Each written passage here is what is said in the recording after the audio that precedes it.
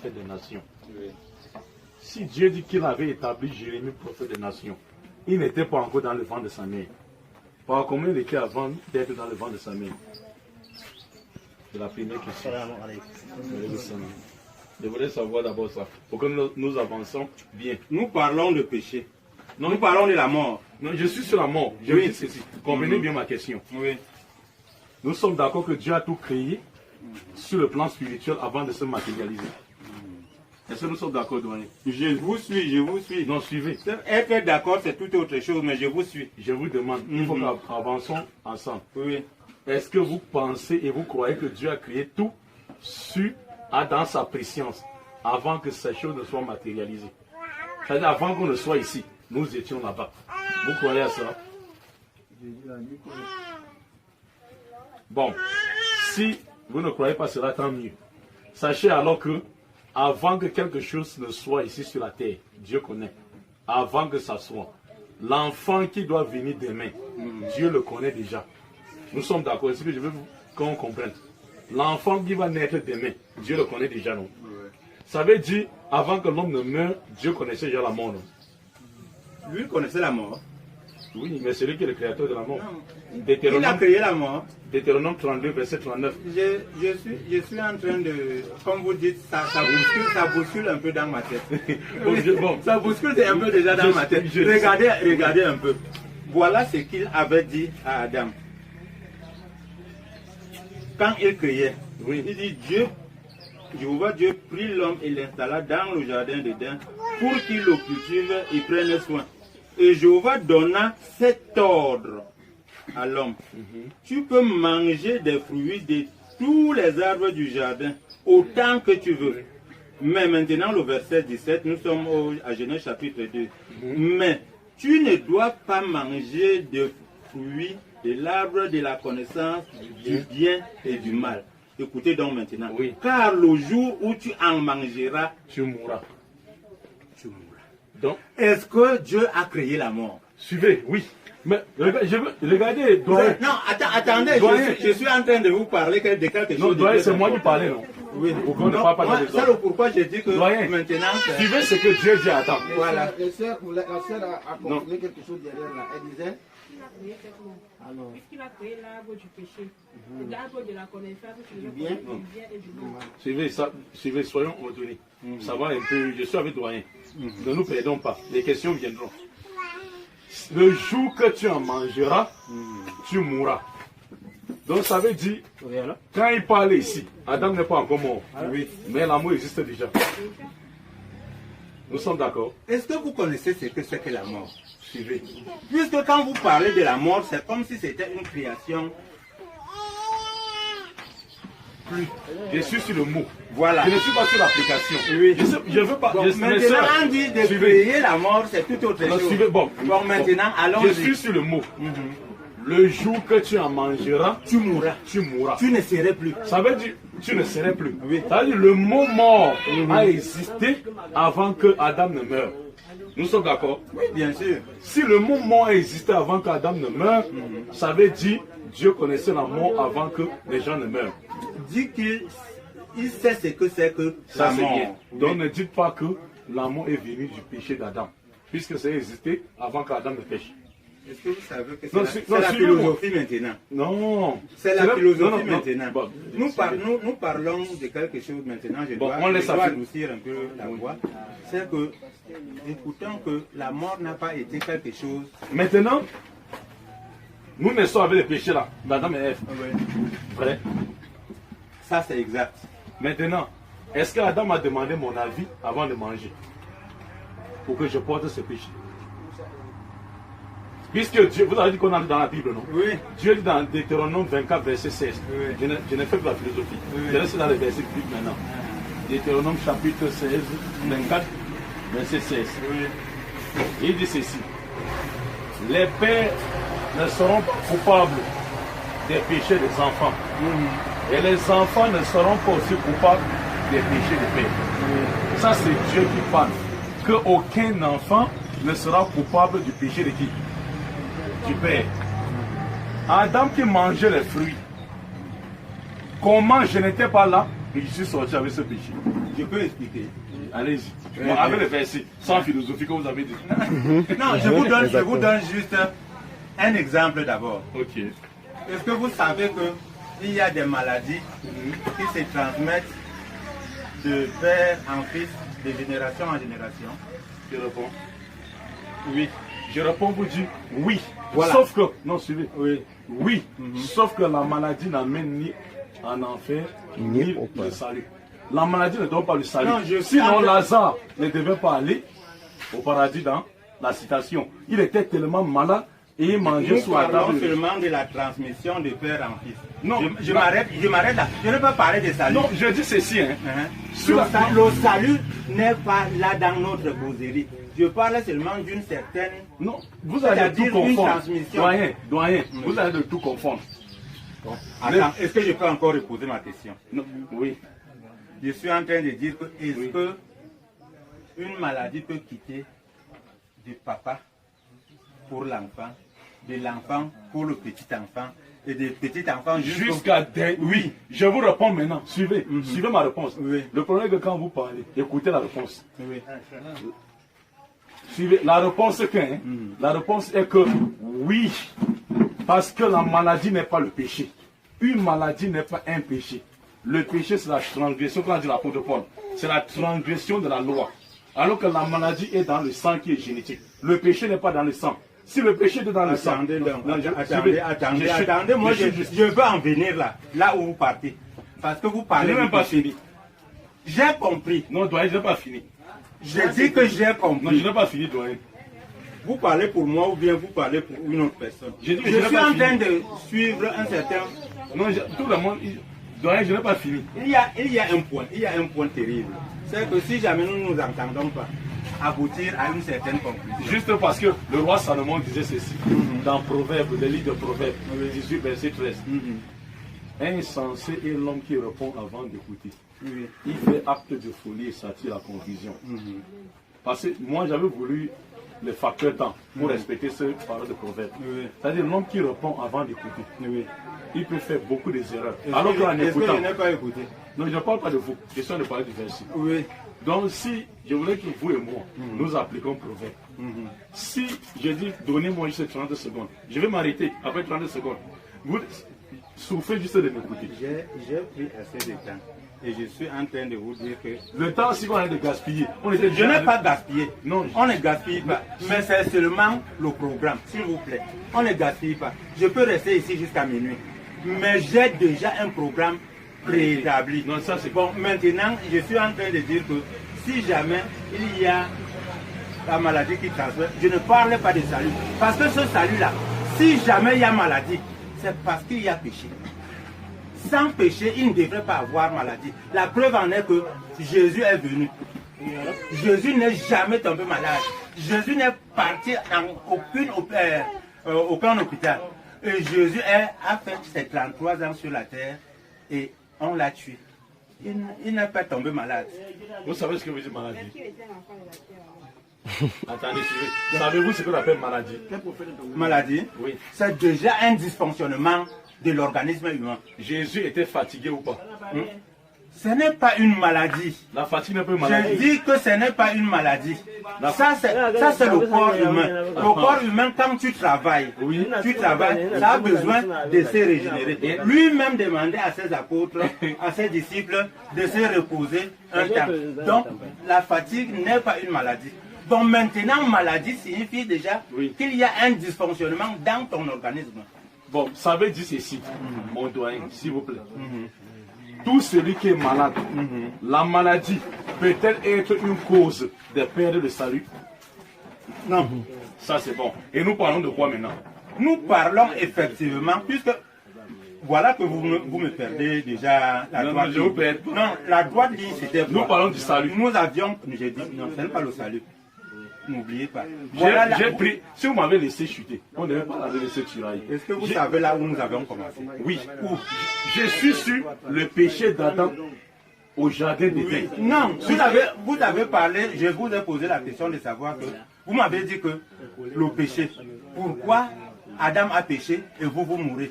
Quand j'ai pris la parole... C'est pas ça, m'avait même pas eu.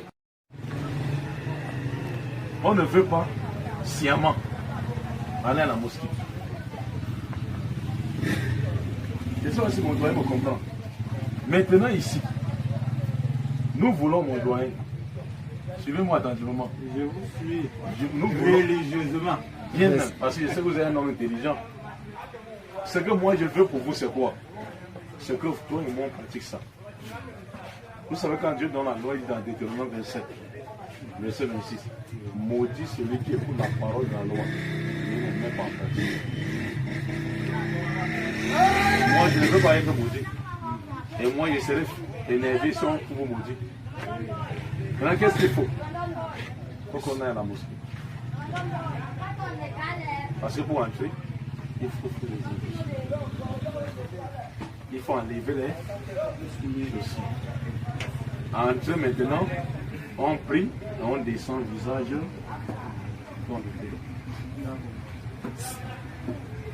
Donc, on comprend par là que les gestes qu'a apporté Mohamed n'est pas un geste nouveau.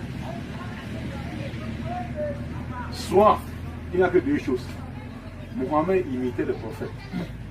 Soit il est venu et il a constaté que les gens avaient laissé les enseignements de la Bible. Et il est venu le faire. Et on a donné la batterie, on a donné La loi de la Bible. C'est pour ça que vous voyez les frères, ils sont là. Ça, c'est seulement que la prière. Donc nous venons pour qu'on prie ensemble, comme demande la Bible, avant d'arriver au cours. Ça, c'était un. De deux, maintenant, Lévitique 19, nous lisons. Il est écrit dans la Bible. Lévitique 19, verset 27. Verset 27. Vous ne devez point couper en rond les mèches de sur votre côté de la tête. Et tu ne raseras pas la barbe.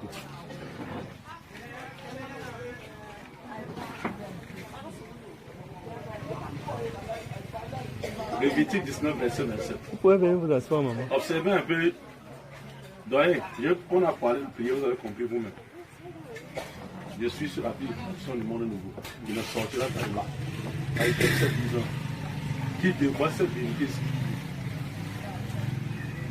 Regardez les gens qui sont autour de nous. Observez moi, lui et lui. Ne serait que ceux. Est-ce qu'ils ont rasé la barbe ou ont-ils laissé la barbe? Mon doyen. Le verset 27. C'était le Lévitique 19. Verset 27. Je vous suis, je vous suis. Ah, ok. Donc je vous ai dit quoi?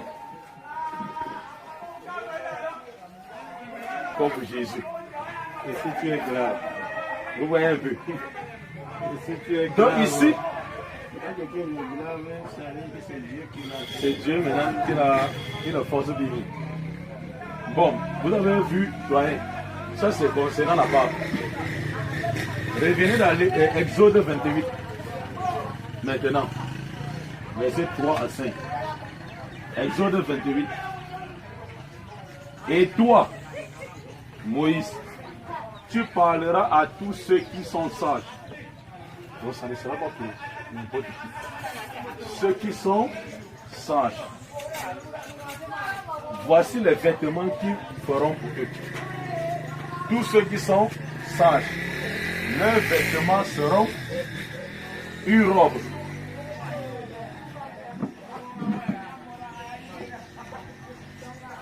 Qui s'adresse À Israël. tout Israël ou bien Tout la Israël. race de la pétrie? Parce que Israël physique et Israël spirituel sont Non, confus. je ne parle pas de la spiritualité. Ah, ok.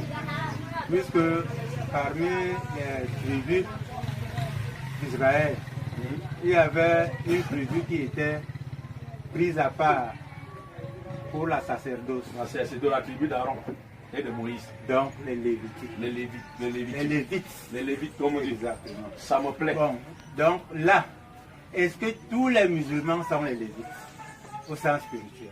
Oui. Ah, ok. Bon, voilà donc ce que moi je suis en train de dire, sans toutefois contredire ce que dit la Bible. Il s'agit de quelque chose de très important. quand on parle ici, là, c'est des rites, des traditions qui étaient à cette époque très engagées. Et qu'on devait mettre en pratique quoi? Qu'on devait automatiquement mettre en pratique. Oui. Voilà. Mais à une certaine époque, s'il vous plaît, ça a été encore un certain chamboulement. Voilà, vous avez parlé de Jésus-Christ, quelque chose de très important. Je n'entrerai pas dans les détails du moins celle de cette personne-là, mais c'est très important.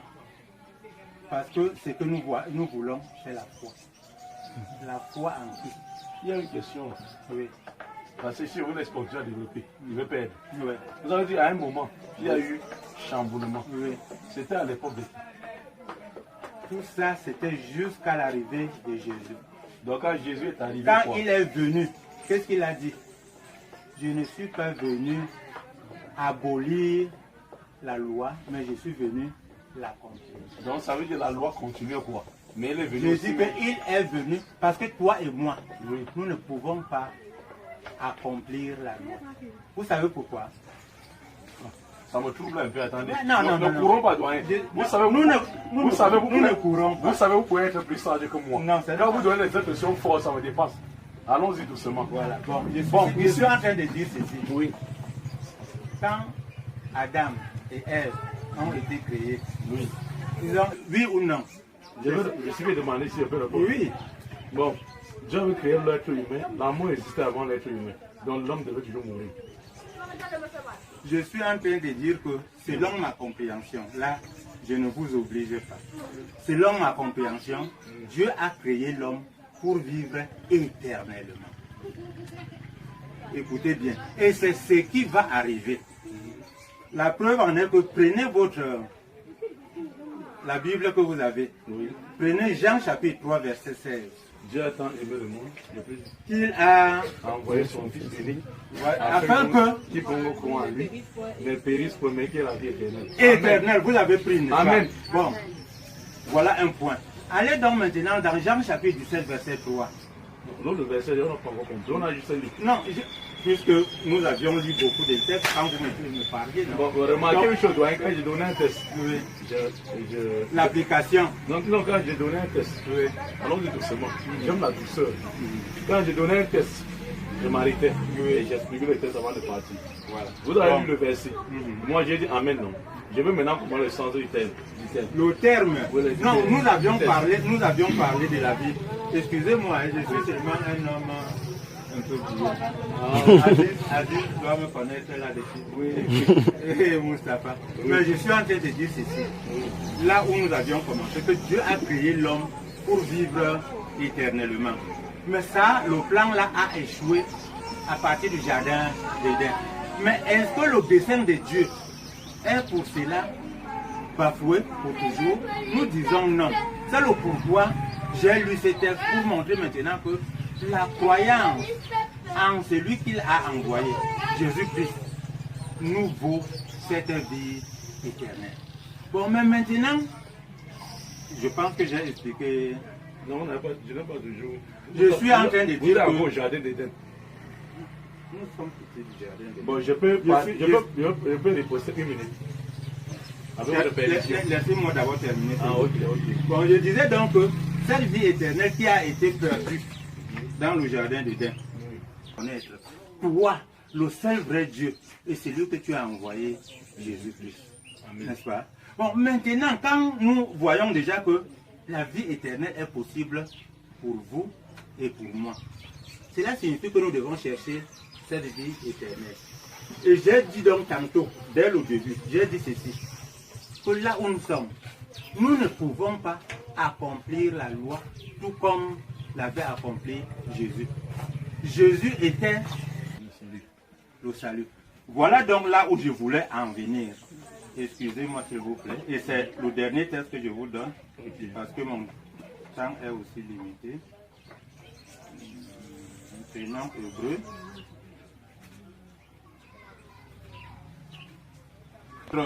11, verset 6, il a dit ceci. Commençons d'abord par le verset 1. Il est dit, la foi est la certitude absolue de ce qu'on espère, la preuve évidente des réalités invisibles. Bon, mais maintenant, au verset 6, c'est ce qui nous est vraiment très important, c'est que d'ailleurs, sans la foi, il est impossible de plaire à Dieu. Comprenez ce qu'il dit. Galates chapitre 5, verset 10. Galates.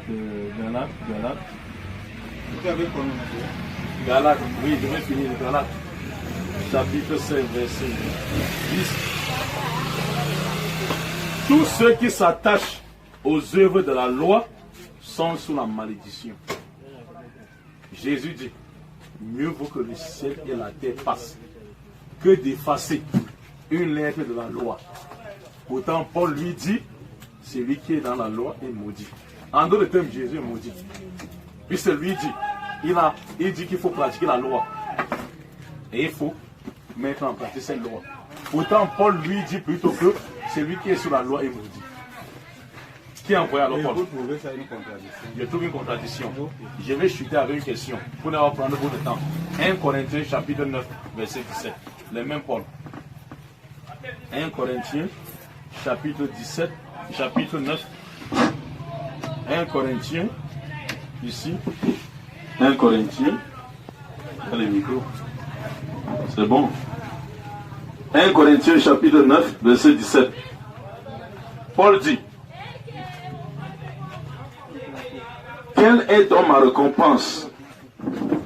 C'est qu'en annonçant la bonne nouvelle, je peux fournir la bonne nouvelle gratuite. Afin de ne prendre la loi, je suis devenu dans la loi pour gagner ceux qui sont dans la loi. Avec les gens sans loi, je suis devenu sans la loi pour gagner le cœur des gens sans la loi. Ma grande question, mon doyen, quelle était la position exacte de Paul?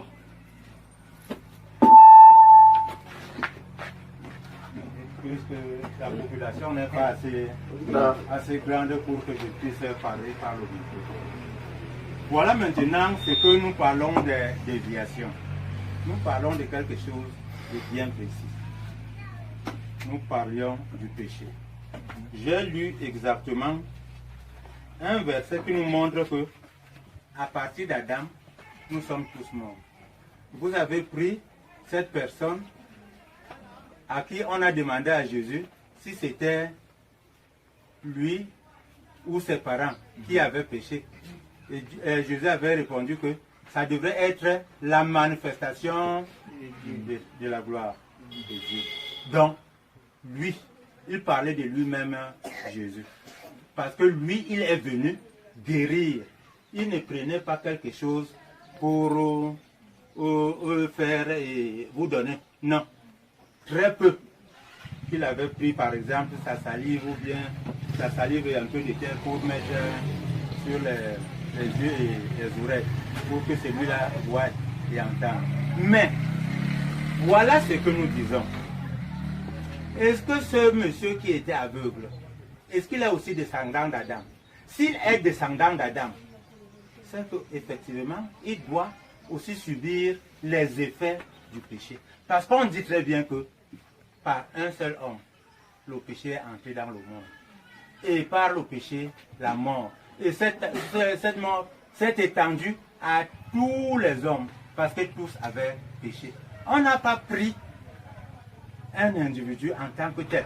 Celui-là, si jamais il est descendant d'Adam, il doit subir les séquelles. Tout comme je voulais parler des maladies héréditaires.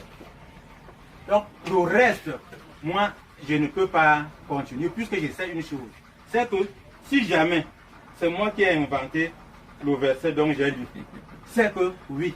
Mais si ce n'est pas moi, quelle est la compréhension de ce verset? Je suis donc sur ce que vous avez parlé dès le début. Parce que vous avez parlé des rites et autres. Voilà ce que dit Jésus si j'ai encore bonne mémoire.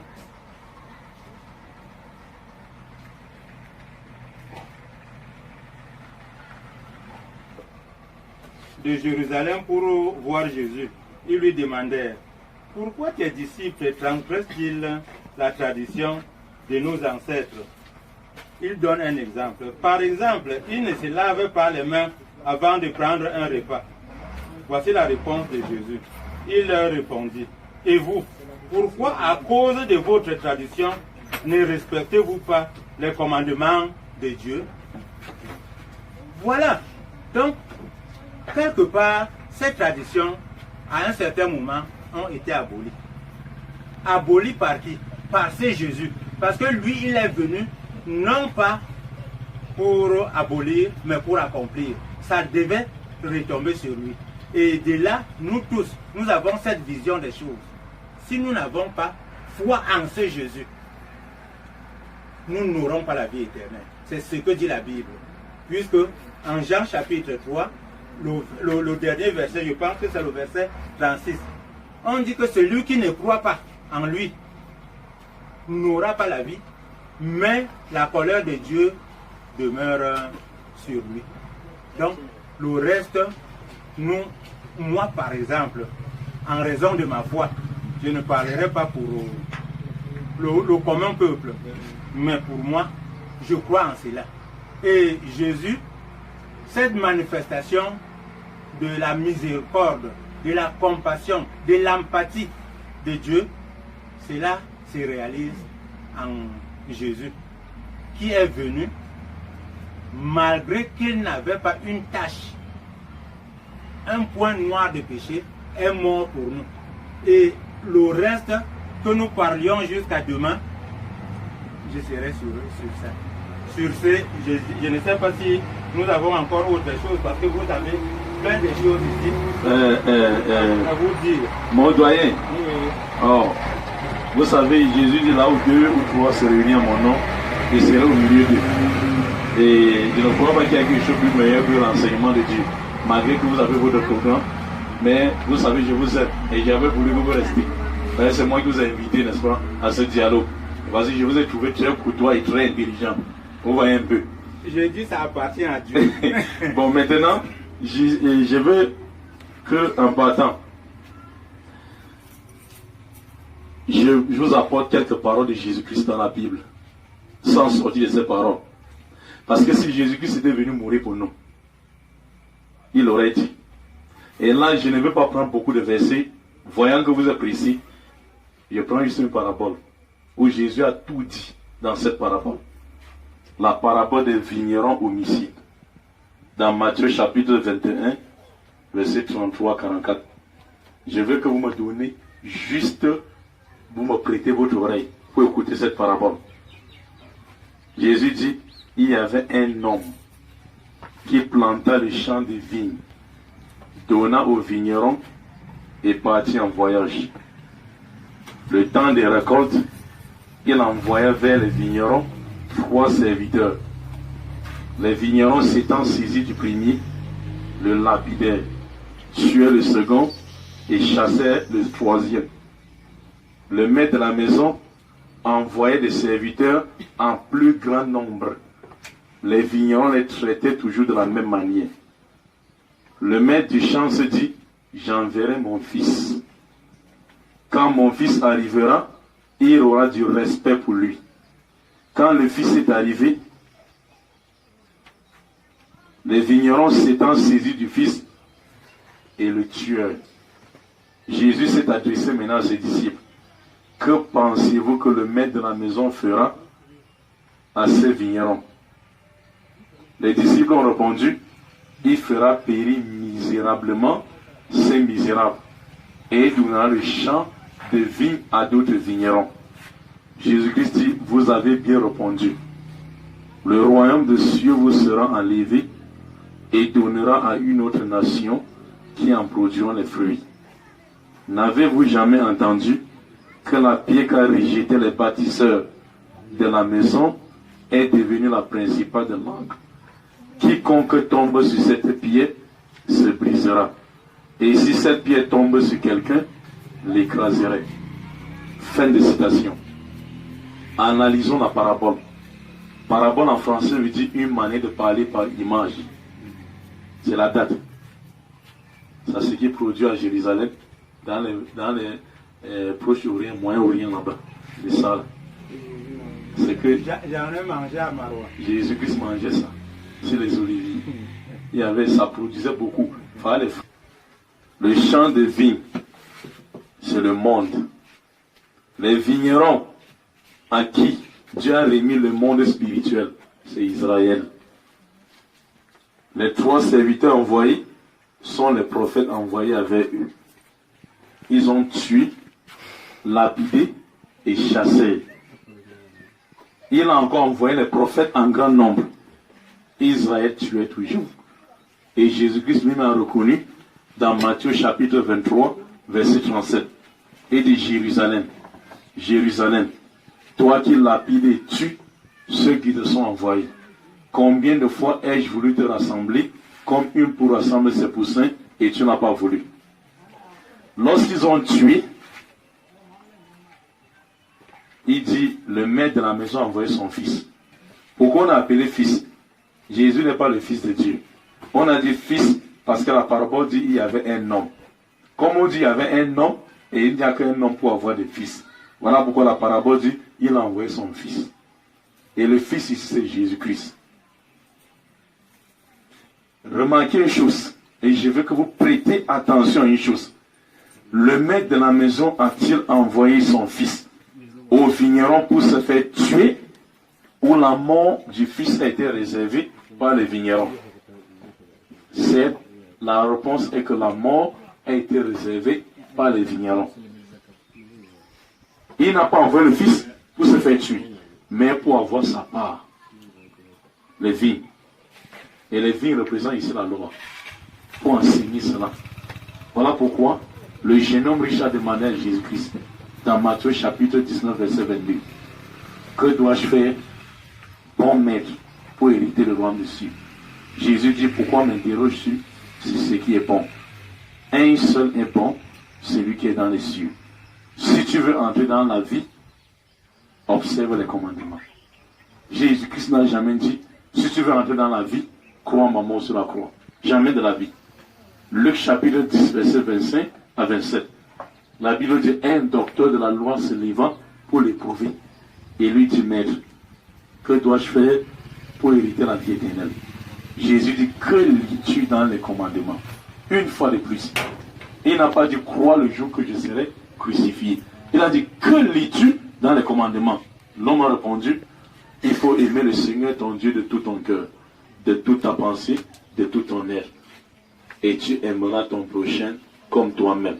Jésus dit, tu as bien répondu, fais cela et tu vivras. Méditez un peu bien, mes bien-aimés. Fais cela et tu vivras. Cet homme qui n'a jamais cru à la mort de Jésus sur la croix et qui a observé ces 2 commandements justes, doit-il? Ça avait continué. Suivez. Je dis que ce que vous parlez avait continué. Ça avait continué avec le jeune homme riche qui dit, j'ai observé tous ces commandements. Ça, c'est dans Matthieu 19. Et après, il avait dit quoi? Suivez. Oui, je vais citer. Si vous voulez, je vais citer. Vous continuez alors. Ok, je cite. Oui. Il dit, j'ai observé tous ces commandements. Oui. Et après? Jésus-Christ dit, il te manque un seul. Oui. Vends tous tes biens. Et fais quoi? Et tu donnes l'argent aux pauvres. Et tu fais quoi? C'est-à-dire, et tu reviens, n'est-ce pas? Tu fais quoi? Et suivez, mais c'est ce que je suis. C'est là où Je suis en train de répondre. Oui. Vends, n'est-ce pas? Oui. Tout est bien, Oui. tu donnes l'argent aux pauvres. Oui. Et tu viens me suivre. Ah bon? Voilà. Suivez. C'est tout. Suivez, ça veut dire Je quoi? suis d'accord. Vous êtes d'accord? Matthieu chapitre 24. Jésus dit au jour du jugement dernier, le maître se tournera vers les gens de la droite et ils leur diront, j'avais faim, vous m'aviez donné à manger. J'avais soif, vous m'avez donné à boire. J'étais nu, vous m'avez donné des habits à porter. Et Jésus dit, par cela, ils vont hériter le royaume. Et il se tourna le roi vers ceux qui étaient à gauche. J'étais nu, vous ne m'aviez pas habillé. J'étais malade, vous ne m'aviez pas rendu visite. J'avais soif, vous ne m'avez pas donné à boire. Comme vous m'aviez négligé, allez jeter, n'est-ce pas, dans le feu qui était préparé pour le diable. C'est-à-dire, on comprend, tout celui qui n'a pas mis en pratique la loi ira en enfer. Ça, c'est Jésus. Matthieu chapitre 24. Ici, maintenant, Jésus dit encore dans Jean chapitre 12, 49 à 50, je sais que ton commandement donne la vie éternelle. C'est pourquoi les choses que je dis, je les dis comme le Père les a dit. C'est-à-dire, pour lui Jésus, je sais que ton commandement est la vie éternelle. Et quand les Juifs voulaient même le faire mourir, dans Jean chapitre 7, verset 19, il dit, Moïse ne vous a-t-il pas donné la loi et que vous ne voulez pas observer, pourquoi cherchez-vous à me faire mourir? C'est-à-dire, chercher à tuer Jésus. Ce n'est pas Dieu, mais c'est les Juifs. Voilà pourquoi il les a accusés dans Jean chapitre 8, à partir du verset 37 à 44. Il dit ceci, si vous étiez d'Abraham, vous ferez les œuvres d'Abraham. Pourquoi cherchez-vous à me faire mourir? Moi, un homme qui vous a dit la vérité que j'ai entendu de Dieu. Cela, Abraham ne l'a pas fait. Ce que vous voulez faire, vous dites que vous êtes les enfants d'Abraham, non? Mais faites les œuvres d'Abraham. Il n'a jamais tué quelqu'un qui lui a dit la vérité qu'il a entendue de Dieu. Jésus, écoutez la réponse. Vous ne voulez qu'accomplir l'œuvre de votre père, le diable. C'est-à-dire, tuer Jésus, c'est l'œuvre de qui? Diable. Pardon, ne croyez pas à l'œuvre du diable. Et les Juifs disent, non, nous ne sommes pas les enfants illégitimes. Nous sommes les enfants d'Abraham. Jésus dit, mais si vous êtes les enfants d'Abraham, faites les œuvres d'Abraham, mais vous faites plutôt les œuvres du diable. Car il est menteur, meurtrier dès le commencement. Il ne se tient pas sur le mensonge quand il profère des paroles. Il est menteur et père du mensonge. Jean chapitre 8, verset 44. Tuer Jésus, ce n'est pas Dieu, ni le Saint-Esprit, mais c'est qui? Luc chapitre 22, verset 1 à 6. La Bible dit, les scribes et les pharisiens cherchaient un moyen à tuer Jésus-Christ à l'insu de la foule. Satan rentra dans Judas. Méditez bien, mon bien-aimé. Satan entra dans Judas. Regardez où la mort découle. Comme Jésus est dans Jean 8. Satan entra dans Judas. Qui donne l'idée à Judas d'aller vendre Jésus pour qu'il soit mis à mort? Ce n'est ni Dieu, ni le Saint-Esprit, ni un ange. C'est Satan. Comment une œuvre qui vient de Satan peut être salvatrice pour nous? Ça, c'est un. Voilà, la Bible continue. Judas alla s'entendre avec les sacrificateurs dans la manière dont il devait livrer son maître. Regardez maintenant ce que dit Luc 22. Les scribes et les pharisiens cherchaient à tuer Jésus. Satan entre dans Judas. Judas lui-même va trouver les sacrificateurs. Mes chers frères, l'acte des scribes et des pharisiens qui cherchaient à tuer Jésus, c'est un acte que Dieu aime ou c'est un péché? Un péché. L'acte de Satan qui rentre dans Judas, c'est un acte que Dieu aime ou c'est un péché? Un péché. L'acte de Judas lui-même, oui, je vais chuter, s'il vous plaît. L'acte de Judas lui-même qui va livrer son maître moyennement une somme d'argent, c'est un acte que Dieu aime ou c'est un péché? Un péché. Comment les actes de péché peuvent devenir un moyen pour purifier l'humanité des péchés? C'est-à-dire, en d'autres termes, comment on peut laver les assiettes avec la peau? Les actes de péché viennent laver l'humanité de ses péchés. Voilà pourquoi devant Pilate même, dans Jean chapitre 19, Jean chapitre 19 verset 11, Jésus dit à Pilate, c'est pourquoi je dis, maudit soit l'homme qui m'a livré entre tes mains.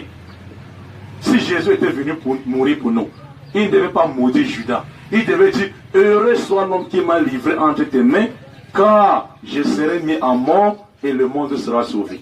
Mais il dit, je demande juste une minute. Il va récupérer la minute. Il dit ceci, mon doyen, maudit soit l'homme qui m'a livré entre tes mains, car il a commis un plus grand péché. Il n'a pas dit qu'il a commis un péché, il n'a pas dit qu'il a commis un grand péché, mais il dit qu'il a commis un plus grand péché. C'est-à-dire l'effet de livrer Jésus, pour qu'il soit mis à mort pour Jésus, c'est un acte de plus grand péché. Comment un acte de plus grand péché va nous sauver de nos péchés? Il n'y a pas suffisamment de temps. Je veux que vous me répondiez. Comment Jésus traite ceux qui vont le tuer d'accomplir l'œuvre de grand péché? Comment un grand péché va effacer nos péchés? Chaque prédication a un thème. Et chaque thème doit être développé en tenant compte du thème. Nous avons commencé aujourd'hui par quelque chose de très important. l'entrée du péché et de la mort ici sur la terre. C'est ce que vous avez essayé de bafouer, mais vous aviez compris quand même que à partir d'Adam, tous meurent. Le reste, c'est maintenant voir comment nous pouvons avoir cette vie. Heureusement que dans cette vie, vous avez parlé de quelque chose de très important. Puisque Jésus est la pièce maîtresse de celui qu'on a envoyé. Et c'est lui qui avait été mandaté par son Père. Doutez que ce n'est pas le Fils de Dieu, ça ne me regarde pas. Mais voilà une chose, en donnant l'exemple. Il a dit ceci à cet homme riche: va, vends tous tes biens, donne aux pauvres. Et qu'est-ce que tu dois faire? Viens, suis-moi. Qu'est-ce que l'homme riche avait fait? Un jeune homme riche. On dit qu'il est parti être bercé. Parce qu'il était trop riche. Et il ne voulait pas perdre sa richesse. Et maintenant, Jésus a parlé de quelque chose de très important. De ce côté, je ne vais pas aborder. À savoir qu'il est plus facile à un chameau d'entrer par le trou d'une aiguille que d'un homme riche d'entrer dans le royaume de Dieu. Mais je ne développe pas là-bas. Mais le fait de dire que viens, suis-moi, c'est très important. Viens, suis-moi veut dire quoi? C'est cet exercice sur la voie de Jésus qu'il nous a montré. Et c'est là où nous tous, je dis bien que ce thème que nous avions commencé, je ne peux pas m'écarter de là. Là où nous en sommes, celui qui ne suit pas Jésus, celui qui n'exerce pas la foi en Jésus, qu'il puisse prendre attention, puisque c'est maintenant, et la Bible est claire dessus, que nous puissions dévier nos pensées autres, philosopher autres, là-bas, ça ne me regarde pas. Mais sachant seulement que Jésus est la pièce maîtresse de la vie éternelle sur terre. Et nous avions compris, nous avions lu des textes, que en croyant en Jésus, nous allons avoir la vie éternelle. En ne croyant pas en Jésus, c'est la colère de Dieu qui est sur nous. Le reste, maintenant que je vais, je vous remercie et je suis sûr que mes frères ici, ils me connaissent, je les connais. Et je veux que nous tous nous puissions nous retrouver dans le royaume de Dieu qui est proche et à venir. Merci. Amen. Amen. Je remercie également les doyens, n'est-ce pas, de nous avoir assistés. J'avais demandé si dans ce cas il y avait les pasteurs et les prêtres pour qu'ils viennent, n'est-ce pas, on essaie d'échanger. Vous savez, le seul livre sur cette terre qui a parlé bien de Jésus, dans le seul livre sur cette terre qui a développé l'histoire de Jésus-Christ, vous connaissez ce livre? Ce n'est pas la Bible, c'est le Coran. Parce que Jésus était un soumis à Dieu. Jésus était musulman. Ça va étonner beaucoup que comment Jésus était musulman. Alors qu'on a commencé à parler de musulman à partir de Mohammed. Non. Quand on dit Jésus était musulman, ça ne veut pas dire qu'il était adepte de Mohammed. Non. C'est parce qu'il se soumettait à la volonté de Dieu. Musulman veut dire celui qui est soumis à Dieu. Bon. Si musulman veut dire celui qui est soumis à Dieu, ça veut dire Abraham était musulman, Salomon était musulman, David était musulman. Mais nous restons sur la mort. Je vous dis ceci. Jésus-Christ a traité tout celui qui voulait l'amener à la croix comme celui qui veut accomplir l'œuvre satanique. Voilà pourquoi, si vous voulez demander à n'importe quel pasteur de ces villes, n'est-ce pas, de ces localités de Macaï, demandez, faites juste, n'est-ce pas, cette demande à Mahano de place, parce que nous on va partir. Demandez, pasteur, Judas, l'acte de Judas est un acte que Dieu aime ou c'est un péché? Juste ça. Parce que si ce n'était pas Judas, Jésus ne mourrait pas sur la croix. On ne devrait pas être sauvé. Comment quelqu'un qui nous aide à jeter Jésus sur la croix pour qu'on soit sauvé, et on considère son acte comme un acte satanique? En d'autres termes, je vous demande le chemin ici qui amène à l'autre à Bomaka là-bas. Je demande à quelqu'un ici, le chemin même par où? Il dit le chemin c'est par là-bas. J'emprunte ce chemin. Lorsque j'arrive à Bomaka, logiquement, mes chers frères, je dois le remercier ou le maudire. S'il vous plaît, répondez-moi. Logiquement, je dois le remercier ou le maudire. Les femmes, on va le remercier, n'est-ce pas? Comment se fait-il que quelqu'un qui nous aide à livrer Jésus sur la croix pour que nous soyons sauvés et jetés en enfer? Judas nous a sauvés, non? S'il ne trahissait pas Jésus, il ne mourrait pas sur la croix pour nous. S'il est mort sur la croix pour nos péchés, ça veut dire tout celui qui l'a aidé à arriver là-bas, à la croix, qu'on soit sauvé, doit être glorifié. Mais je n'ai pas encore trouvé un pasteur qui s'appelle Pasteur Judas. Parce que tu nous as aidé à livrer Jésus pour qu'on soit sauvé. Si maintenant ça, Judas est en enfer, ça veut dire l'acte de Judas. Ce n'est pas le corps de Judas qui est en enfer, qui l'a amené en enfer. C'est son acte qui l'a poussé à aller en enfer. Mais quel était cet acte? L'effet de livrer Jésus à la croix.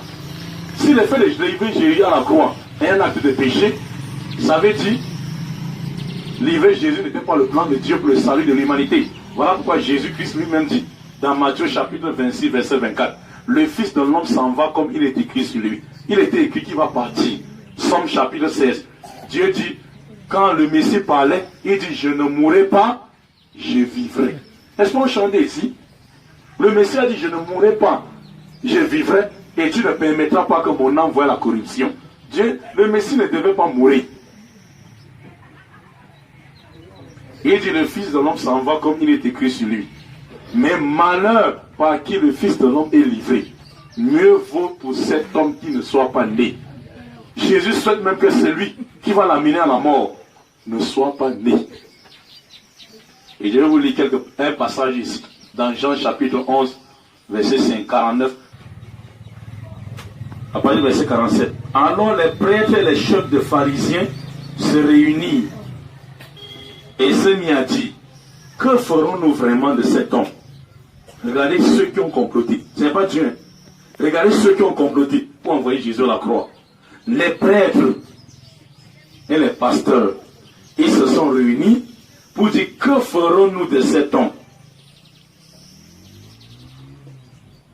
Parce que cet homme accomplit beaucoup de miracles. Lorsque on dit que... Ça, c'est un dialogue entre Jésus-Christ et Nicodème. Au verset, ça commence à partir du verset 3. Si un homme n'est né d'eau et d'esprit, il ne peut voir le royaume des cieux et non la mort. Et le verset 16 maintenant dit, Dieu a tant aimé le monde qu'il a envoyé son Fils unique, afin que quiconque croit en lui ne périsse point, mais qu'il ait la vie éternelle. Méditez sur une chose. Ici dans le verset, il n'y a pas le mot mort. Mais quiconque avoir la foi en Jésus. Comment avoir la foi en Jésus? C'est Jésus lui-même qui nous montre. Jean chapitre 5, verset 24. Jésus dit, en vérité, je vous le dis, celui qui écoute ma parole, croit à celui qui m'a envoyé à la vie éternelle. Mais dites bien, il ne vient pas au jugement, mais il est passé de la mort à la vie. Jésus n'a jamais dit, en vérité, je vous le dis, celui qui croira à ma mort sur la croix. Ce verset n'existe pas dans la Bible. Parce que vous confondez l'enseignement de Jésus-Christ et l'enseignement des chrétiens sur Jésus. C'est deux choses différentes. Donc ici maintenant, Jésus dit maintenant, en vérité, je vous le dis, quiconque écoute ma parole. Et la parole de Jésus qui se manifeste par quoi? L'ordonnance du bien et l'abstinence du mal. Et qui croit à celui qui m'a envoyé à la vie éternelle. Mais nous cherchons la vie éternelle, non? La finition de Jésus, lui-même, c'est qu'après sa mission... Je relis le même verset de Luc chapitre 11, verset 49 à 50. Jésus dit aux Juifs, chers Juifs, la sagesse de Dieu a déclaré, c'est une déclaration, la sagesse de Dieu a déclaré, je leur enverrai les prophètes, ils tueront d'autres, oui, ça va finir par la mort, mais tout ce que je veux c'est quoi? Et c'était le but de leur mission. Le but était de libérer le peuple. Par quoi? Par quoi? Par l'évangélisation. Et la mort les attendait au tournant comme conséquence. Vrai ou faux? Justement, c'est vrai. Mais c'est ce que j'ai dit depuis.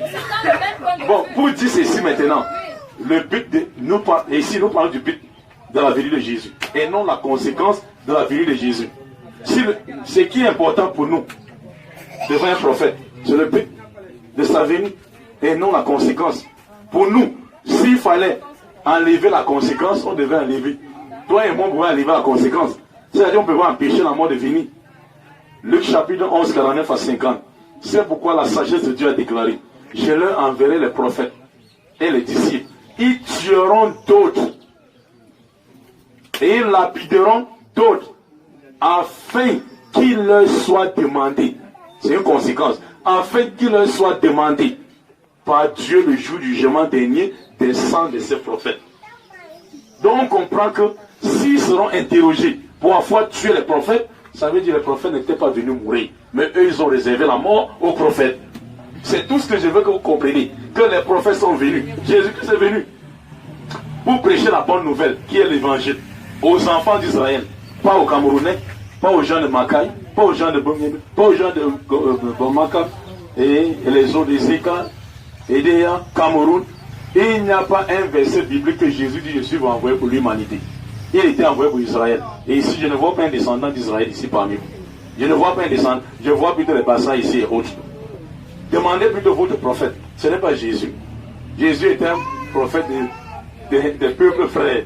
Ça étonne encore ma soeur là. Peut-être tu vas encore poser d'autres questions. Tu comprends un peu? Donc ici, je vais juste dire quoi? Jésus-Christ au brebis perdu de la maison d'Israël.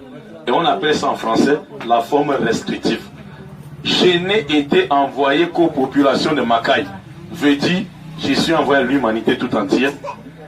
Point d'interrogation. On donne le micro. On donne le micro. S'il fallait que Jésus sauve le monde, il a sauvé uniquement les Israélites. Ah non, je ne suis pas d'accord avec vous. Je suis vraiment désolé. Puisqu'il dit bien, car Dieu a tant aimé le monde. Dans ce monde, nous sommes parmi. Nous sommes parmi dans ce monde et nous sommes des descendants des Israélites aussi. Nous sommes des enfants d'Abraham. Nous ne sommes pas les descendants d'Abraham. Dites-moi que c'est faux. Là, je vais vous comprendre. Est-ce que nous ne sommes pas les descendants d'Abraham? Nous ne sommes pas les enfants d'Abraham. Nous ne sommes pas les enfants d'Adam et Ève. Ah, ok. Si Adam et Ève... Attendez, s'il vous plaît. Si Adam et Ève sont nos grands-parents, les ancêtres, ce qui voudrait dire que les Israélites sont les enfants d'Abraham et Ève. D'Adam et Ève, oui ou non? Oui, ça veut dire qu'il est venu pour nous tous. Pourquoi exclure une partie pour prendre une autre partie?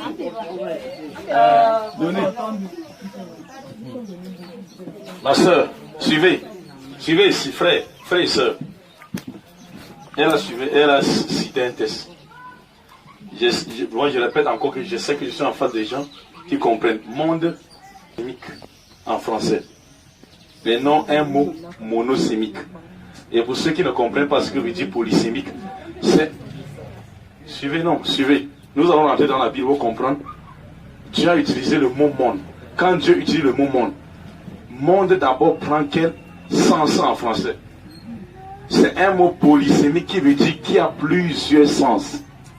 Quand on dit un mot est polysémique, ça veut dire qu'il y a plusieurs sens. Et monosémique veut dire un seul sens.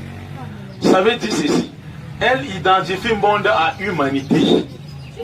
Bon, maintenant, si tu identifies monde à humanité, tu feras de monde un mot monosémique. Non, monde n'est pas monosémique. Monde est polysémique. La preuve, c'est quoi? Si je dis tout le monde est beau, ce n'est pas l'humanité qui va se lever. Exactement. Quand le professeur rentre en classe, tout le monde, sortez vos devoirs. Il n'a pas invité l'humanité. Voilà pourquoi j'ai rentré dans la doctrine. Inch'Allah. Comprenez bien. Maintenant, monde si maintenant a quel sens? Jean chapitre 17, verset 6, 9, 11, 20 à 21. Jésus dit: Père, comprenez le sens du mot monde maintenant. Père, le monde ne t'a pas connu, mais ceux-ci, ils t'ont connu.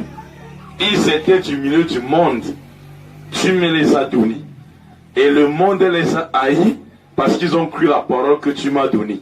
Maintenant, je ne prie pas pour le monde, mais pour ceux-ci que tu m'as envoyés.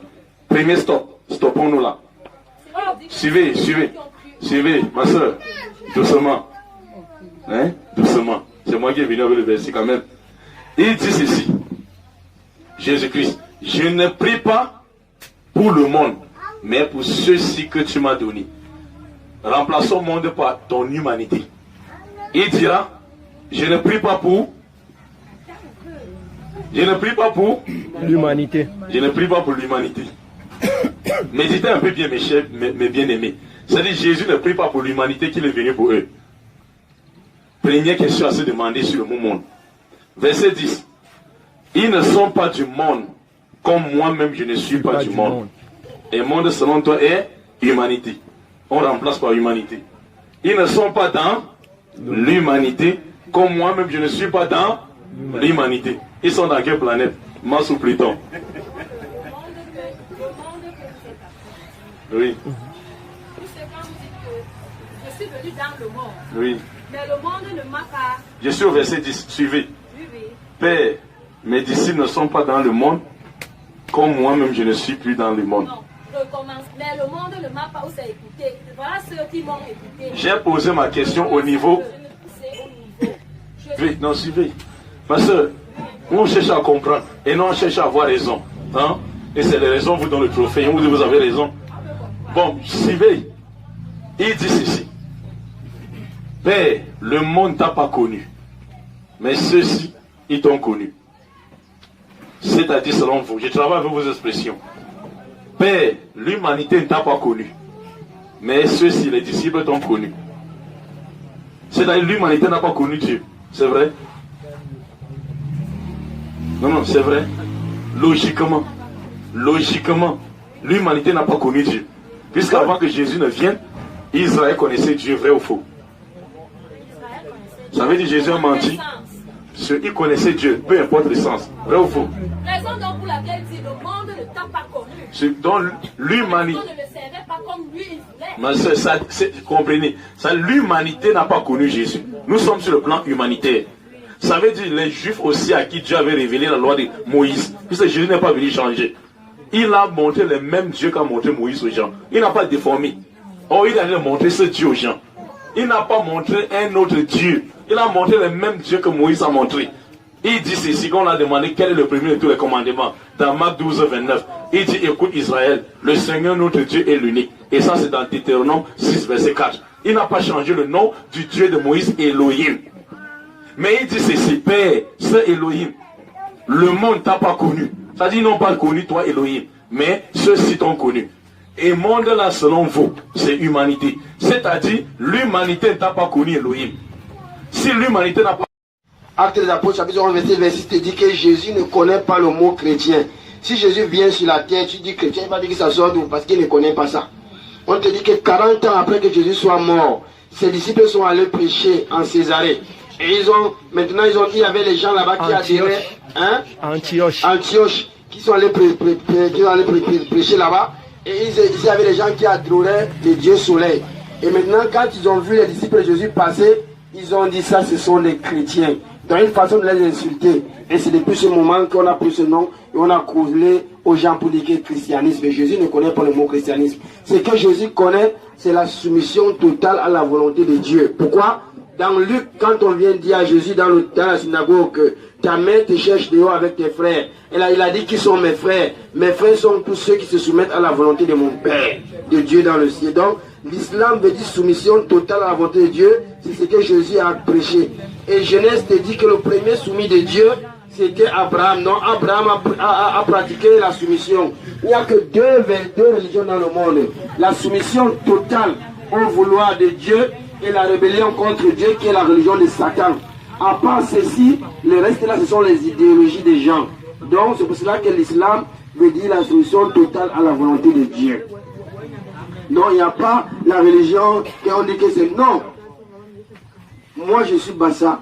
L'islam, celui qui est arabe, il est arabe. Celui qui est Aoussa, il est musulman. Et celui qui est Bamoun, il est musulman. Et celui qui est français, il est musulman. Celui qui est anglais, qui est musulman. L'islam, c'est la religion de Dieu. La soumission totale à la volonté de Dieu. Et les Bassa appellent ça donc la religion de Dieu, c'est que tu dois être totalement soumis au vouloir de Dieu en suivant les messagers, les prophètes et les messagers. Donc si quelqu'un, mes chers frères, dans la foi, il se soumet totalement à la volonté de Dieu, il est musulman. Et il y a deux qualités de soumission. Il y a la soumission qui est de gré ou de force, et la soumission que Dieu a laissée au libre arbitre. Dieu nous a obligés, notre corps est soumis à Dieu bon gré, mal gré. Un enfant ne peut pas dire que je ne grandis plus, Dieu a obligé que tu vas grandir. Le soleil ne peut pas dire que moi je ne vais plus me lever, il va me coucher là-bas, il va faire ça parce que Dieu l'a obligé, il est soumis à la volonté de Dieu. Tu ne peux pas dire que je ne vais pas aller aux toilettes, tu es obligé d'aller aux toilettes parce que Dieu a soumis ton ventre à aller aux toilettes. Tu ne peux pas dire que je ne vais pas dormir parce que Dieu t'a obligé que ton corps doit se reposer et tu vas dormir bon gré, mal gré. Mais maintenant, la soumission que Dieu te demande, il t'a donné Salila, imma shakira wa imma kafura. Inna a'tadana lil kafirina salasi wa aqlala wa sa'ira. Je ne parle pas en langue, c'est la langue arabe. C'est le Coran vraiment. Parce que c'est ça la force du Coran. Le Coran ne va jamais changer depuis que Dieu a fait descendre jusqu'à la fin du temps. Parce que le Coran, même si on le traduit en bassa, en français ou en n'importe quelle langue, on garde sa forme originale. Hein? Nous avons le Coran en bassa ici ou le Coran en bassa. Hein? Original. Ça veut dire que même si quelqu'un là-bas, vers chez nous, là-bas, on avait dit qu'il traduisait, n'est-ce pas, un discours en bassa. Et c'est comme ça que le monsieur parlait en français. Et quand il a fini dans sa traduction, il a dit que c'est la fin qui justifiera les moyens. Ce n'est pas ça. Quand on a dit maintenant, celui-ci a dit que, traduit, il a dit que, oh, la fin, en réalité, ça c'est, comment on appelait? La fin a dit que c'est ce que ça va s'arrêter. Le sourd John a dit, Marie, maintenant lui il a dit que comme il a compris que c'est la fin, il a dit que ouais, donc en réalité, c'est ça qui a un problème avec la Bible. Parce que la Bible qui parle de l'araméen en grec, de l'hébreu et autres, et ça perd le sens. Mais en islam, même si tu traduis n'importe quel, on revient sur le sens original. Donc tu ne peux pas changer le Coran. C'est pour cela que quand un enfant il est petit, on commence à enseigner le Coran pour qu'il garde ça. Même si on brûle tous les Corans du monde, on les perd, on va sortir des gens en islam qui mémorisent le Coran dans leur tête. C'est pour cela, c'est Dieu qui a dit que c'est nous qui avons descendu le Coran et nous sommes les protecteurs de ce livre. Personne ne peut le falsifier. Donc en réalité, c'est pour vous dire, mes chers frères dans la foi, tel que l'imam l'a dit ici, vraiment l'islam c'est la religion de Dieu. La seule vraie religion de Dieu qu'a pratiqué Abraham, Moïse, Jésus et Moussa. Tous cela les musulmans, vous allez voir que le fond reste le même. Quand on dit Adamou, c'est Adam. Quand tu entends dire Awa, c'est Ève. Quand tu entends parler de nous, c'est Noé. Si tu entends parler d'Idriss, c'est Enoch. Si tu entends parler de Moussa, c'est Moïse. Si tu entends parler d'Ibrahim, c'est Abraham. Si tu entends parler d'Élie, c'est Elias. Si tu entends parler de Daoud, c'est David. Si tu entends parler de... Hein? Aziz veut dire... C'est le nom de Dieu donné. Aziz veut dire Dieu donné. Parce que dans Aziz, il y a les noms qui ont Dieu dedans. N'est-ce pas? Machallah. Donc, vraiment, chaque nom, il est là. Allah nous facilite. Et si l'homme ne se soumet pas à la volonté de Dieu, comme j'ai lu dans le verset ici, Dieu dit que nous avons créé, il fut un temps, l'homme n'existait pas. Nous avons créé le gardien, le salaire, l'eau, la lumière et tout, et après le temps va le nommer. C'est comme ça que Dieu, avant que l'homme ne vienne sur la terre, Dieu a créé les cieux, la terre, les mangues, n'est-ce pas? Nous mangeons, nous faisons le travail, et que nous laissons le but pour lequel Dieu nous a créés, nous mourrons, nous allons aller dans l'enfer. C'est pour cela, aujourd'hui là, les hommes ont confondu le but et les besoins. Les hommes pensent que quand ils demandent à un homme pourquoi on t'a créé, si on demande à quelqu'un pourquoi tu vis à quelqu'un, il va dire que voilà, faut si ça dans ta tête, tu meurs, c'est l'enfer. Dieu ne t'a pas créé pour venir vivre, c'est pas une vie. Manger, boire, avoir les enfants, se marier, travailler, ça c'est les besoins de la vie. Les choses à nous aider seulement à adorer Dieu. Parce que même les animaux mangent, ils boivent, ils ont les femmes, ils ont les enfants. Mais toi, l'être humain, alors que Dieu t'a créé comme lieutenant sur la tête, ton but c'est quoi? Mais aujourd'hui, les hommes n'ont pas compris ça. Les gens pensent que Dieu les a créés pour venir manger, boire, danser, se marier. Ça, c'est comme les animaux. Les animaux jouent. Depuis le matin, les poules sont dehors en train de manger. Les chèvres sont en train de manger. Les bœufs sont en train de manger. Et ils ont les enfants, ils ont les femmes. Et ils s'accouplent. Et quand la nuit vient, ils dorment comme toi. Demain, ils recommencent. Aujourd'hui, là, si tu vois la poule à 18 h maintenant entrer dans la maison, c'est parce qu'il regarde comme ça, il voit que je ne vois pas, mais il n'est pas rassasié. Parce que s'il y avait encore la journée, il va continuer à manger. Et les êtres humains sont devenus comme ça. C'est-à-dire que nous, le matin, chacun dans sa tête, c'est de chercher l'argent, l'argent, l'argent. Quelqu'un va au marché le matin, c'est qu'il va aller chasser dans sa boutique. C'est quand il n'y a plus les clients qui passent. Ça, c'est pas la vie de l'être humain. Ça veut dire que nous et les animaux, on est les mêmes choses. Normalement, l'être humain doit régler sa vie en 3. La vie à 24 heures. 8 heures de temps pour ton travail ou ton commerce, tu arrêtes. 8 heures de temps pour servir ta maison, ta femme et tes enfants, être avec eux. 8 heures de temps pour ton sommeil et c'est fini, tu recommandes demain. Dieu n'a créé les êtres humains, ne dit que rien que pour que tu les donnes, pour qu'on l'adore. Il y a 50 ans, on n'était pas ici, ou 100 ans. et 50 ans ou 100 ans, on ne sera pas ici. On était où on fait quoi ici, on va aller où après? Les tombes qui sont là, il y a des tombes qui ont 1000 ans, 2000 ans, 300, 1000 ans, 4000 ans. L'homme qui est intelligent devait réfléchir. Pourquoi est-ce que je mets? La richesse, c'est dans la main de Dieu. La vie et la mort, la pauvreté et la richesse, tout ce que tu as besoin, c'est dans la main de ton Créateur. Donc il faut croire et se remettre vers son Créateur. C'est ça qu'on appelle l'islam. Donc c'est pour cela, il n'y a plus assez de temps. On demandait qui est prêt à Macaï d'embrasser l'islam, de revenir dans la religion originelle dans laquelle Dieu l'a créé. Qui est prêt, Inch'Allah? Si ça existe, si oui, si je fume ma cigarette là maintenant, laissez toute ma vie en train de fumer ma cigarette, et que je n'ai plus fumé ma cigarette, n'est-ce pas? Oui. Non, non, c'est pas ça. C'est pas ça. C'est pas ça. Je vais l'expliquer. Merci beaucoup. Le frère, il a demandé, est-ce que le destin existe? Nous disons oui, le destin existe. Mais tu es le maître de ton destin. Parce que Dieu t'a donné le libre arbitre. Tu es libre de choisir que je mange du plantain mûr ou le riz. Est-ce que tu as compris? Dieu nous a donné la deux voies. C'est ce que j'ai lu en arabe ici. Je vous ai montré les deux voies. Si vous voulez vous être reconnaissant à votre Seigneur, vous choisissez le bien ou vous choisissez le mal. N'est-ce pas? On n'est pas malade. L'animal, lui, ne raisonne pas. Il n'a pas le discernement, mais l'homme a le discernement. Quand vous partez chercher du travail, on vous dit qu'ici, on va vous payer 100 000. Ici, on dit on va vous payer 60 000. Vous êtes libre de choisir 60 000 ou 100 000. Mais un homme intelligent, qu'est-ce qu'il choisit? 100 000. Donc, vous êtes libre de votre destin, mon ami. Oui. Bon, je vais compléter. Il va compléter. Je vais compléter sur quelque chose pour le frère qui a demandé le destin. Vous savez, beaucoup de nos frères demandent ces questions avec pour intention. Comment, si je fume, vous avez dit, Dieu avait déjà dit que je fume parce qu'il connaissait que je fume, mais il m'a laissé quand même fumer. C'est ce qu'ils pensent souvent. Frère, l'imam m'a déjà tout expliqué. Moi, je vais illustrer par un exemple clair. Vous êtes à l'école, le professeur connaît déjà que celui-ci, il dit à la fin d'année, il va passer. Celui-ci, à la fin d'année, va échouer. Parce qu'il connaît votre mentalité en tant que votre professeur. Parce que tu passes ton temps à danser en boîte de nuit, il dit à la fin d'année, tu vas échouer. L'autre dit, pour l'autre, à la fin d'année, tu risques de passer si tu changes de comportement. C'est-à-dire connaît d'avance. Lui qui vous connaît.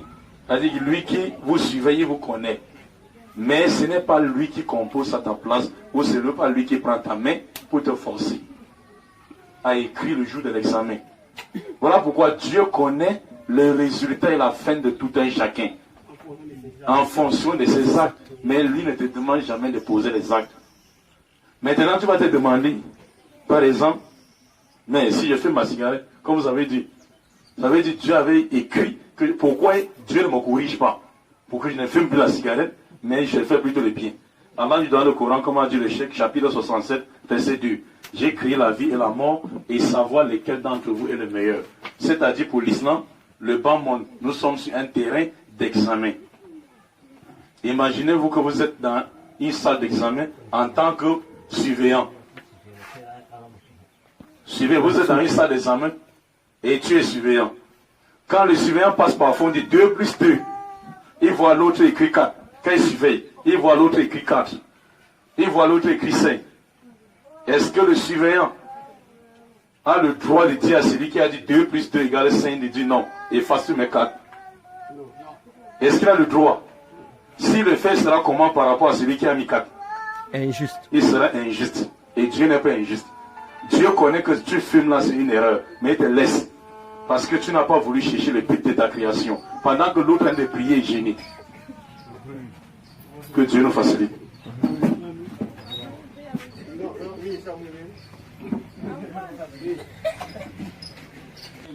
Bon, si Dieu qui est Dieu miséricordieux pour tout le monde, quel est ce messager qu'il a destiné pour nous, ou alors quel est le Dieu que nous devons alors servir? Puisque à travers lui d'abord, il faut bien que quelqu'un le représente ici sur terre, où nous sommes. Parce que chacun a quelqu'un par qui il sait que non, en priant celui-ci-là, je peux atteindre facilement Dieu. En suivant celui-ci, j'atteins facilement le Père qui est aussi. Parce que lui, on ne le voit pas. Lui, personne ne le voit. Mais tout le monde, par contre, tous ceux qui sont ici sur terre savent qu'il y a tel qui a envoyé par lui et tel qui a envoyé par lui. Bon, ça, c'est une très belle question.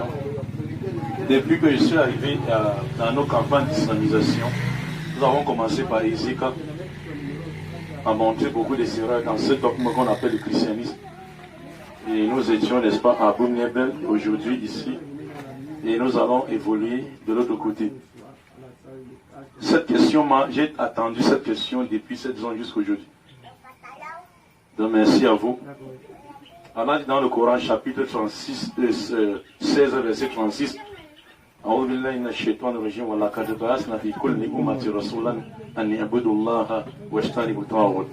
chaque communauté où il y a des hommes, j'ai envoyé un homme suscité du milieu d'eux comme messager. Pour dire à ces gens, ou à sa communauté, écartez-vous des idoles et adorez un seul Dieu. Il y a eu même des prophètes noirs. Il y a même des prophètes partout dans le monde. Partout où vous entendez parler de Dieu, Dieu envoie les prophètes là-bas. La croyance à des prophètes dans l'islam est un point fondamental de la foi. Parce que les musulmans aussi piliers de la foi. Croient qu'Allah existe, croient aux anges qu'ils existent, croient également aux livres saints que Dieu a révélés avant, croient aux prophètes que Dieu a envoyés avant. C'est parmi ces points de la foi. Croire au jour du jugement dernier et croire au destin qui vient en mal ou qui vient en bien. Comme il a posé cette question. 6 piliers de la foi dans l'islam. Dieu dit, les musulmans sont les seuls peuples qui croient que Dieu avait envoyé les prophètes. Aux pasteurs qui disent, Dieu n'avait pas envoyé les prophètes aux gens, mais il n'a envoyé qu'à Israël.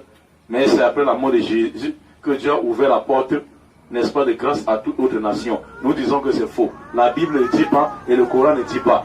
Les peuples de Sodome et Gomorrhe n'étaient pas les Israélites, mais Dieu les avait envoyés là. Les peuples de Ninive n'étaient pas les Israélites, Dieu les avait envoyés Jonas. Beaucoup de peuples, Dieu a envoyé les prophètes. Chaque peuple. Maintenant, vous demandez si Jésus n'est pas envoyé pour l'humanité. Qui est envoyé pour nous? Vous savez, chaque prophète, avant de partir, annonce son frère qui doit venir. Et montre où ses frères viennent. Son frère viendra. Commençant par Moïse. C'est Moïse même qui a fini. Moïse a montré, lui, Moïse, les 3 grands prophètes qui feront la division de l'humanité. Judaïsme, christianisme et l'islam. Il a dit ceci dans Deutéronome chapitre 33, verset 1 à 3. Un jour, quand il était tombé malade, il a appelé les enfants d'Israël. Il a dit, Josué, rassemble les enfants d'Israël pour que je leur dise ce qui viendra à partir de maintenant, comme je vais mourir, jusqu'à la fin du monde. Josué a rassemblé les enfants d'Israël.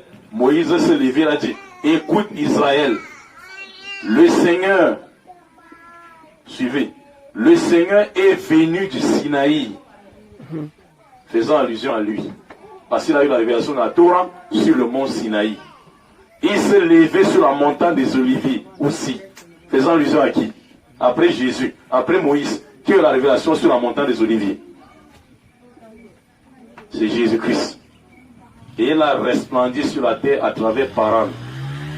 À travers Paran. Donc il a illustré la venue de ces 3 prophètes, lui, Jésus et Mohammed, par 3 grandes montagnes où ces révélations sont venues. L'Éternel est venu du Sinaï, où il a revu les 613 commandements, dont les meilleurs étaient les 10 commandements, sur la montagne de Sinaï, et s'est levé sur la montagne d'Olivier et a resplendi sur la terre, sur la montagne de Paran. Demandons-nous, le désert de Paran, c'est où? Genèse 21, verset 21. La Bible dit, Agar et son fils Ismaël, lorsqu'il fut chassé, se retrouvaient dans le désert de Paran. Et c'est ce qu'on a appelé aujourd'hui l'Arabie Saoudite. Quand le prophète Mohammed est arrivé, il cherchait à comprendre cette parole de l'écriture.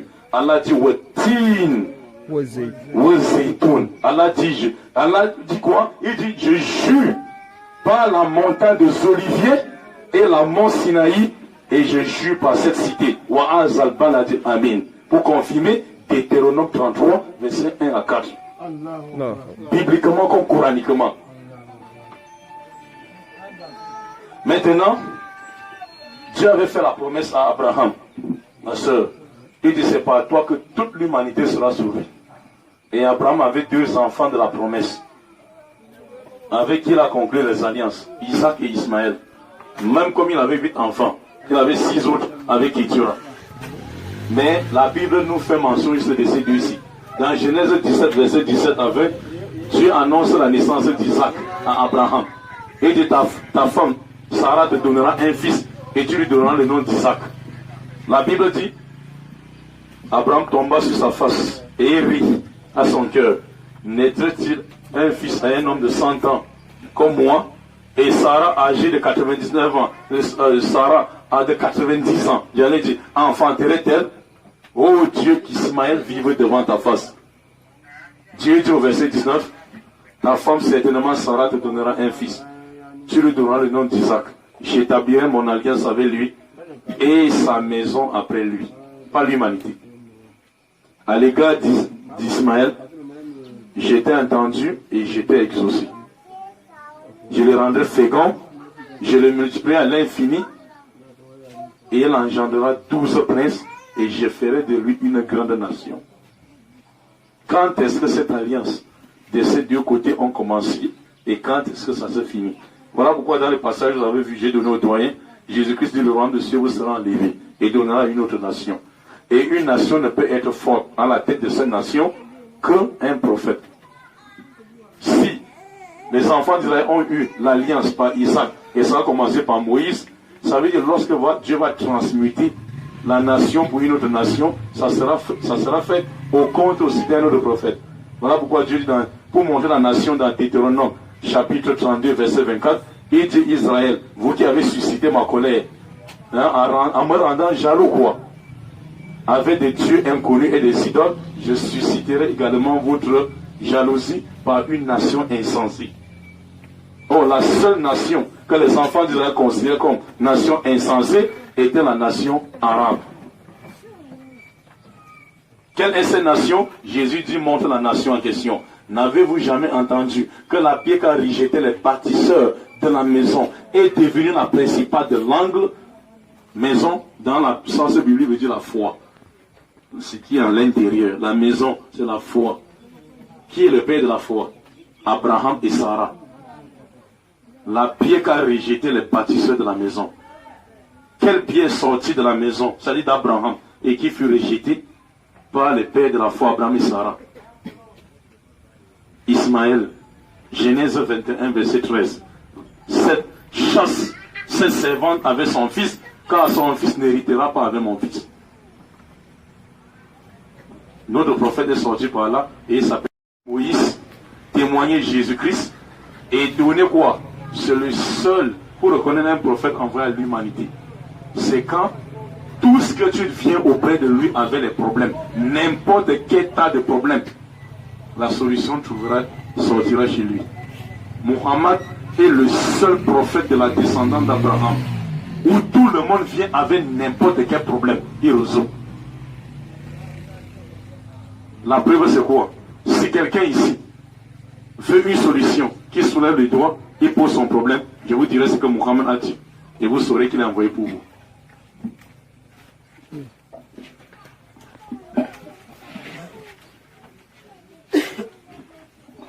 Bonsoir. Bonsoir. J'ai deux questions à vous poser. Vous me permettez. Ma première question est d'abord de savoir quel est le but de votre évangile. Vous avez dit que vous avez commencé depuis. C'est ma première question. Bon, la deuxième question est de savoir. Monsieur vient de dire tout à l'heure là que dans chaque localité, si j'ai bien compris, j'ai choisi une personne pour montrer aux gens de distinguer entre le bien et le mal. Ma question est de savoir, en deuxième point, comment peut-on distinguer un vrai messager de Dieu pour un à un faux? Et comment pourrons-nous donc connaître la vraie maison de Dieu? Ce sont mes deux questions. Oui, notre but ici, notre sensibilisation est appelée campagne d'islamisation. Nous sommes là pour passer le message de l'islam, de Moïse, de Jésus et de Muhammad. Salut salam. Islam veut dire en français soumission, obéissance totale à la volonté de Dieu. Or, Jésus-Christ dans Jean chapitre 4, verset 34, ma nourriture est de faire la volonté de celui qui m'a envoyé et d'accomplir son œuvre. Beaucoup de gens aujourd'hui n'ont pas compris le message de Jésus. Beaucoup de gens aujourd'hui ont tordu le message de Jésus. Il y a un groupe qui a dit que Jésus est Dieu, fils de Dieu et être humain. Il y a un autre groupe qui a dit il n'est pas Dieu, fils de Dieu, être humain, il est plutôt le fils de Dieu au sens strict. Un autre dit il n'est pas le fils de Dieu au sens strict, il est le fils de Dieu au sens figuré. Un autre dit il n'est pas le Dieu véritable, mais un Dieu subordonné, petit Dieu. Un autre dit il n'est pas Dieu véritable, ni le fils de Dieu, mais il est messager de Dieu comme Moïse et les prophètes. Cependant, il dépasse Moïse parce qu'il est le véritable fils de Dieu. Un autre dit il est Dieu, fils de Dieu, un ange, être humain, il est même tout. C'est là que je devais arriver. Face maintenant à cette division autour de la personne de Jésus, nous musulmans d'abord, on pose cette question aux chrétiens dans le christianisme. Parce que cette division dans le christianisme, on pose cette question. Cette division existe-t-elle au ciel parmi les anges? Est-ce qu'au ciel, il y a un groupe d'anges qui dit Jésus est Dieu, fils de Dieu, un être humain? Un autre groupe dit il n'est pas Dieu, il est plutôt fils de Dieu. Un autre dit il est plutôt Dieu, fils de Dieu en même temps. Est-ce qu'il y a cette division au ciel parmi les anges? Mais Jésus a bien dit que ta volonté soit faite sur la terre comme au ciel. Est-ce que si la volonté de Dieu était réelle sur la terre, est-ce que c'est cette même volonté qui est faite au ciel? Nous disons non. Parce que Jésus-Christ lui-même a dit quoi? L'ennemi viendra s'aimer l'ivraie dans le champ du blé. C'est-à-dire Satan viendra à travers les gens spirituellement faibles et facilement influençables par les forces invisibles des ténèbres, s'aimer les faux enseignements dans la pure doctrine enseignée par Jésus-Christ. Ça, c'est la position des chrétiens. Jésus est tout.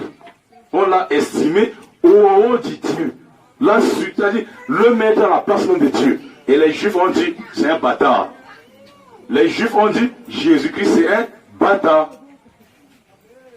Face à ces deux positions extrémistes, des Juifs qui ont sous-estimé Jésus et les chrétiens qui ont surestimé Jésus, nous avons pris la position du juste milieu qui était la position de Jésus lui-même. Vous vous dites quoi? C'est ce que vous avez demandé. Notre position est la position de Jésus-Christ. Matthieu chapitre 10 verset 40. En envoyant ses disciples prêcher l'évangile, il dit, celui qui vous reçoit, me reçoit, et celui qui me reçoit, reçoit celui qui m'a envoyé. Voilà la position des musulmans. Marc chapitre 9 verset 37. Celui qui reçoit un de ses plus petits enfants en mon nom, me reçoit moi-même. Et celui qui me reçoit, reçoit non pas moi, mais celui qui m'a envoyé. Voilà notre position.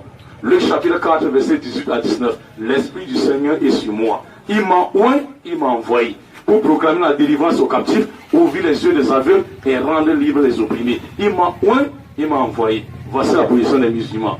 Jean chapitre 4 verset 34. Ma nourriture est de faire la volonté de celui qui m'a envoyé et d'accomplir son œuvre. Voilà la position des musulmans. Jean chapitre 5 verset 30. Je ne peux rien faire de moi-même. Et rien dans le dictionnaire veut dire rien. Dormir, il ne peut pas. Jésus n'a pas cette force. Manger n'a pas cette force. Si ce n'est que la volonté de Dieu. Il dit, je ne peux rien faire de moi-même. Selon ce que j'entends, je juge. Et mon jugement est juste. Parce que je ne cherche pas ma volonté, mais la volonté de celui qui m'a envoyé. Verset 36 à 37. J'ai un grand témoignage. J'ai un témoignage plus grand que celui de Jean-Baptiste. Car les œuvres que le Père m'a donné d'accomplir, ces œuvres même que j'ai fait, témoignent que c'est lui qui m'a envoyé. Et ce Dieu, vous n'avez jamais vu son visage, ni entendu sa voix. Parce que Dieu avait dit à Moïse, dans Exode 33, verset 20, personne ne peut me voir et vivre. Et le père de Samson, qui s'appelait Manouage, dans Juge chapitre 13, lorsqu'un ange a apparu à lui, à sa femme, ils ont dit, nous sommes morts comme nous avons vu Dieu. Parce que personne ne pouvait voir Dieu et vivre. Jean chapitre 17, verset 3. Or, la vie éternelle consiste pour eux à te connaître, toi, le seul véritable Dieu, et celui que tu as envoyé, Jésus-Christ. Voici la position des musulmans. Jésus n'est rien d'autre et ne dépasse pas l'envoyé de Dieu. Voilà pourquoi lui-même dit et confirmé dans Jean 13, 16. L'envoyé n'est pas plus grand que celui qui l'a envoyé, ni le disciple plus grand que son maître. Voilà la position musulmane. Et dans le Coran, c'est chapitre 61, verset 6.